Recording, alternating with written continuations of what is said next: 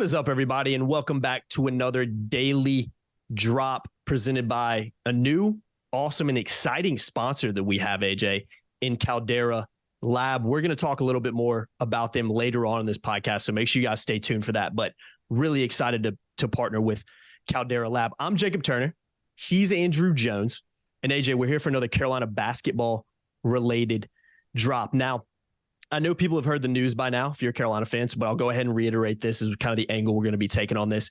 UNC and Kansas did schedule a home-and-home series for the 24-25 and 25-26 seasons. Carolina will be playing at Allen Fieldhouse, the 24-25 season before Kansas comes to the Smith Center the following year. First of all, really cool, really exciting history between the programs. Yeah. It's a very exciting thing for not only Carolina fans, but Kansas and college basketball fans in general. But AJ, we were talking a little bit off camera when we kind of came up with this drop idea. And I really like an interesting angle that you've taken on this with the connection between North Carolina, Kansas, James Naismith, and Carolina basketball coaches that have, been here for the past 50, 60 years. So AJ, I'm going to kick it to you real quick, because I want you to kind of dive into this connection between the three, because everybody knows Carolina's an historic program.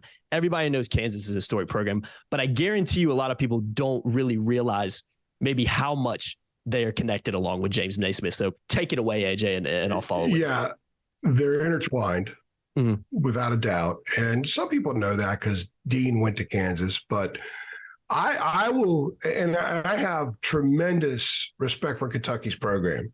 And I think Kentucky, Carolina, Kansas, throughout history, are the three best programs. UCLA was incredible in that stretch, but those are the three.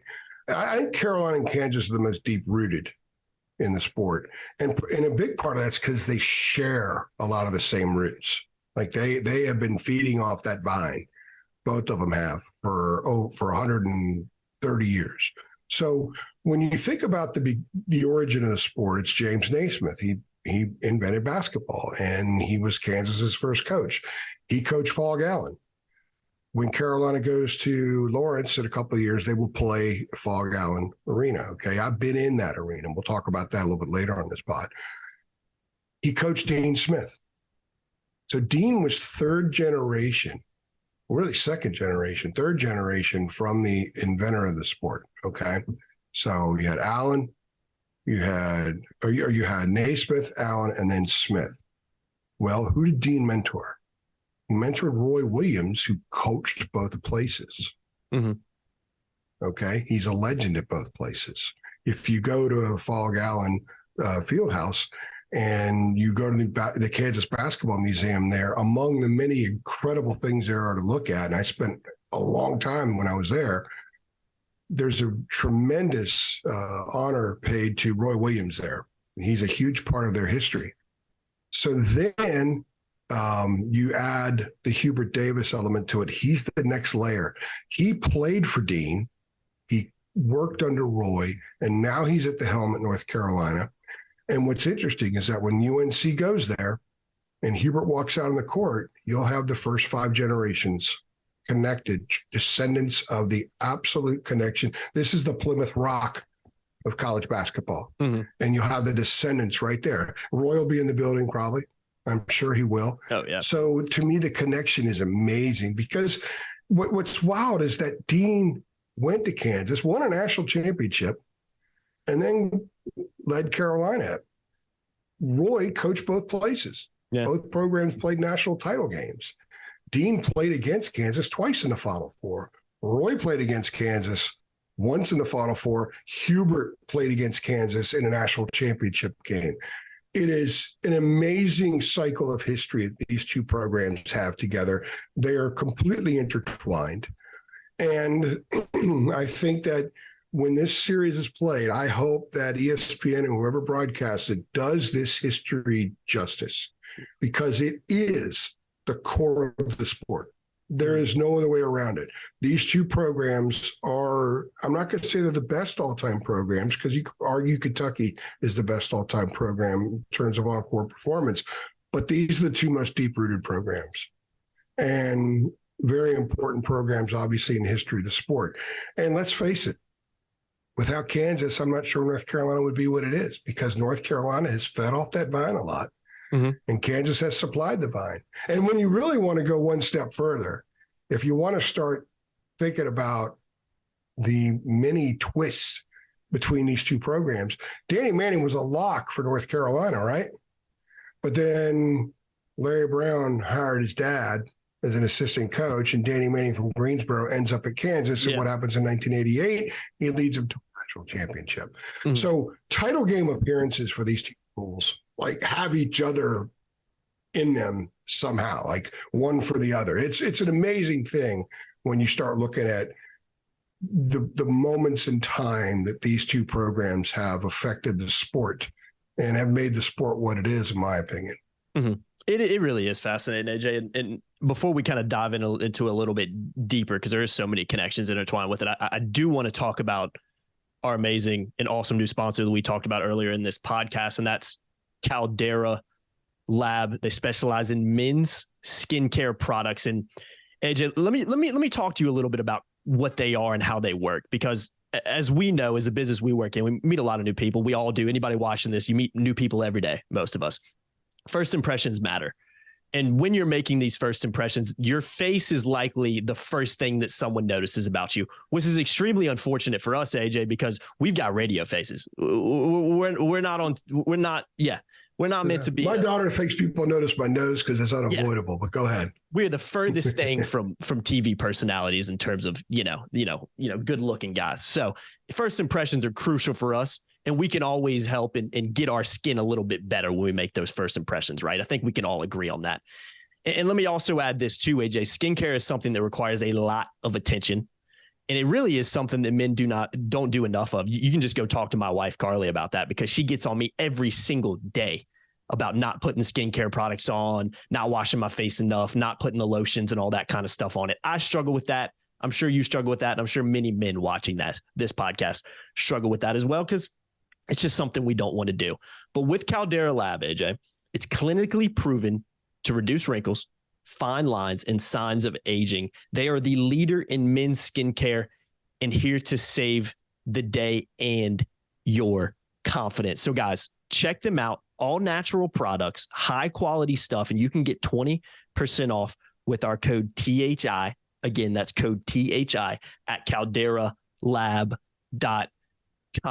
AJ, I'm really excited about this sponsorship. I'm going to get my hands on some of these products and start using them immediately, because what I've seen so far, they look absolutely fantastic. So really excited to be sponsored with them. Promo code THI to save 20%. Let me throw this in real fast. A good friend of mine back home, I'm from the Washington, D.C. area, Northern Virginia, and I was up there in June, and a good friend of mine actually, we were talking about this because I don't even know how it came up. And she's like, not enough men do this. More men need to do this. Absolutely. Especially when you get a little bit older, and with your age, you prevent from looking older. And then when you get older, like I am, she's like, absolutely. Because it's amazing. These men's products that are out are all amazing and stuff. And we didn't specifically talk about this one, but I have looked into this one, and it actually, if I can improve how I look by 5%, what amazing progress that would be. So I'm going to try it out. I used to not be that kind of a guy, but I agree with you. And my wife thinks it's a great idea. She's like, absolutely. She wants me to keep losing weight, and she wants me to fix my face. So I will use this product to enhance my beauty, and maybe my wife will go to a movie with me a little bit more often. 100%, man. And again, let me reiterate this too. It's all natural products. You don't have none of that nasty products in there that you'll see with a lot of these cheaper skincare brands that you'll see at these convenience stores and some of the bigger chains. This is the stuff you want to be putting on for your skin, because it's not dangerous to you and it's not going to harm you. It's only going to help you. So again, guys, 20% off with the code THI at calderalab.com. Links in the description below. So guys, jump into skin and first impression royalty with Caldera Lab. Excited to be sponsored with them moving forward. AJ, back to the topic real quick. It really is amazing that how much these programs intertwine, and not only the coaching tree, but these teams in these programs between Carolina and Kansas, they have this theme of meeting in big time games, right? It always seems like when Carolina makes a run in the tournament, Kansas is there somewhere along the way. Yeah. We saw it a couple years ago in the national championship game. We saw it back in 2008 when Carolina was obliterated in the Final Four by Kansas. There's always kind of this connection between the two programs, and I know Carolina struggled a little bit against Kansas in recent years. I'm sure Carolina fans are hoping when they do go up to Allen Fieldhouse next season that Carolina, can have a good performance and get a win, because again, they have struggled with the Jayhawks, but it really is. It's hard to kind of wrap your head around the connection between the two because they're so intertwined and they're such historic programs. And I know you mentioned when you went to Allen Fieldhouse walking through it, you almost get goosebumps when you walk in. You were talking about it beforehand. We got on this podcast. You were getting goosebumps just talking about and remember going in there. I think a lot of people have the same effect with the Smith Center because it's like walking into a museum. So it really is fascinating, the two. And I think this is great, not only for Carolina and Kansas, but I think it's great for the sport of college basketball. And I think college basketball fans across the country are going to be looking forward to these home and home series matchups. I think the fan bases are very similar. Mm-hmm. And I think that the Carolina fans look up in the rafters of the Dean Dome and they get goosebumps. And they're reminded of the tremendous past, even the tremendous past before the Dean Dome was built. I will tell you right now, you walk into Allen Fieldhouse, you are enveloped by the tremendous history there. Just like it's inescapable at the Dean Dome, and it's inescapable at Allen Fieldhouse. And the thing I'll tell you the quick story. So 2019, I'm in Kansas City covering the regionals. Carolina loses to Auburn in the Sweet 16. That was the game when everybody in the locker room was throwing up, basically, which I heard with my own ears. So I can testify to that. So the next day, Brett Friedlander, who was also there covering Carolina in the Sweet 16, we went and rented a car and we decided, you know what, let's go to Allen Fieldhouse. So Lawrence is about an hour and a half or so from Kansas City. So we drove down to Lawrence. And when you go into town, by the way, sidebar, you know why their football program is what it's been when you look at the football stadium. I remember you telling me about their stadium. The football stadium was a complete and total dump. But the basketball arena, super old looking, but man, I mean, I'm going to start getting goosebumps here in a second. Yeah. And I know Carolina fans are like, oh, we hate Kansas. Don't talk like that. But stay with me here because I got a connection coming on. So we go in there and you can go visit the museum anytime. And there's this student that's working there, sort of security, if you will, because the inside the arena part's actually locked. And we started talking to him. We told him, yeah, we cover North Carolina and we cover Roy Williams. And, oh, really? You cover Roy? My dad loves Roy Williams. Wishes he would have brought us a championship, but he loves Roy. I said, is there any chance we can get in and check out inside the arena? He kind of does one of these things. Looks to the left, looks to the right. He's like, okay, I'll let you in. Oh, that's and awesome. We're talking Roy. And so he asked us questions about Roy while we're in Allen Fieldhouse. So Brett and I go in there. I ended up writing a piece about this too, by the way. We go in there and we sit down, we walk around and we sit down, and it's like wooden benches still. I mean, it's 1925, man, and you're in that joint, which is awesome, okay? And you look around and it just feels like, can you imagine being on the road? I've covered games in Cameron, 300 games in Cameron Indoor Stadium, and they're on top of you, but the fog's bigger and they hover over you a little bit more. I would imagine it's even louder in some respects. Certainly when Carolina goes in there. But when I'm walking around and I'm looking around, I'm just, you could find little things here and there when you spend long enough in there and look. And these places of history are so good at not like having some of the subtleties of their greatness and their history. You could just see it over time, and you could almost envision all these years in that arena. And I ended up writing a piece, some of it that night when I got back to the hotel, and then I finished it a few weeks later and ran it that summer. Now I understand Roy's reverence, because Roy used to talk about Kansas all the time, talk about the players, and we all know the Jayhawk sticker. I saw the Jayhawk sticker on him in San Antonio and wrote a piece about that night. It wasn't very flattering about Roy, but that was then. This is now. If I had already been in Allen Fieldhouse and had the experience I had in 2019, before Roy did that in 2008, I never would have written that piece. Yeah. I got it. I totally got it. I understood why there's so much reverence there. These programs are so similar in so many ways that I would say the culture of these two programs are more similar than any other cultures in college basketball. I don't know all the great programs in football. I haven't been inside them like I've been inside Duke and Carolina. And by the way, I've been inside Rupp Arena. I've covered games there. I've covered games at Assembly Hall at Indiana. I've been inside Pauley Pavilion. I've been in all the big ones, all the fabled ones. And Cameron is special for what Cameron's special. But these two, the Dean Dome and Fog Allen, even though they're totally different structures, the ghosts of the past and the passion and the emotion of the fans that sit in there 16, 17, 18 times a year, you could feel it when there's nobody in there in both places. And that's what I love so much about this series, because this series is about more than just basketball. It's about more than just blue bloods. It's about culture. It's about passion. And it's about the church of college basketball. Kentucky is a church of college basketball, and so is Kansas, and so is North Carolina. And I think that this is special, special, special. And it's really cool that Hubert is now a part of that history forever. When he walks in there. Nah, it is really sweet. And I mean, the only question I really have going into these matchups is, does Roy wear the black turtleneck again with the Kansas and Carolina sticker? Maybe this does he double the sticker? Does he He's got an affinity for wearing pink stuff sometimes. I think he's got that sweater with the pink. He's got a pink polo, I think. He's got that sweater with the pink in it. He needs to roll pink in there and just say, I'm neutral. If I'm Roy, but he won't. But he's a Carolina guy. He's a Carolina guy first, right. Kansas guy second. That's okay. Yeah. And there's nothing wrong with that. Absolutely nothing wrong with that. If I'm Roy, I'm rolling up to Allen Fieldhouse 24-25, wearing the black turtleneck with both stickers just to troll everybody. I think that would be absolutely fantastic if he did that. I think, based on how I know Roy, I think he would. He's just such a gentleman. He is, man. I think Roy in his mind would be like, yeah, I want to stick it to all of them. I want to troll them. I want to have fun with it, whatever. But he's such a gentleman, he probably won't. He'll pull up in the pink Argyle pullover sweater or something like that. He'll have a Carolina blue blazer with a Kansas blue tie. Yeah, that's it. I think you figured it out right there. That's what he'll do.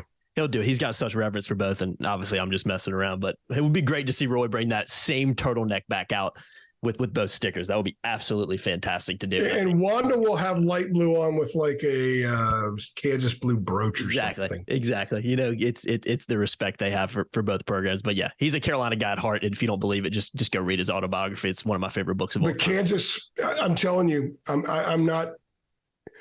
I got it. I got the connection to Kansas.